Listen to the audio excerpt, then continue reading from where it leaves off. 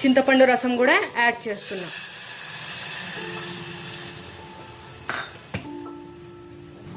ఒక glass water కూడా add చేస్తున్నా. ఇంకొక హాఫ్ గ్లాస్ కూడా యాడ్ చేస్తున్నా. ఇప్పుడు కొద్దిగా కారం, ఇవన్నీ మీ టేస్ట్కు తగినట్లు వేసుకోండి. కొద్దిగా ఉప్పు కూడా యాడ్ చేస్తున్నా.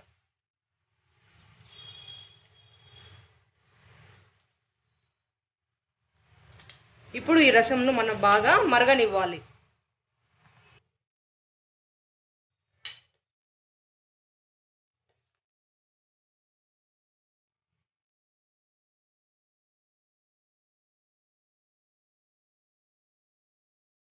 మిరియాల చారు రెడీ అయింది ఫ్రెండ్స్.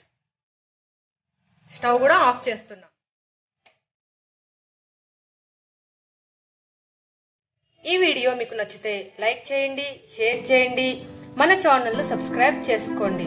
పక్కనే ఉన్న బెల్ ఐకాన్ను క్లిక్ చేయడం ద్వారా ప్రతిరోజు నేను పెట్టే వీడియోలు మీకు నోటిఫికేషన్ ద్వారా వస్తుంటాయి.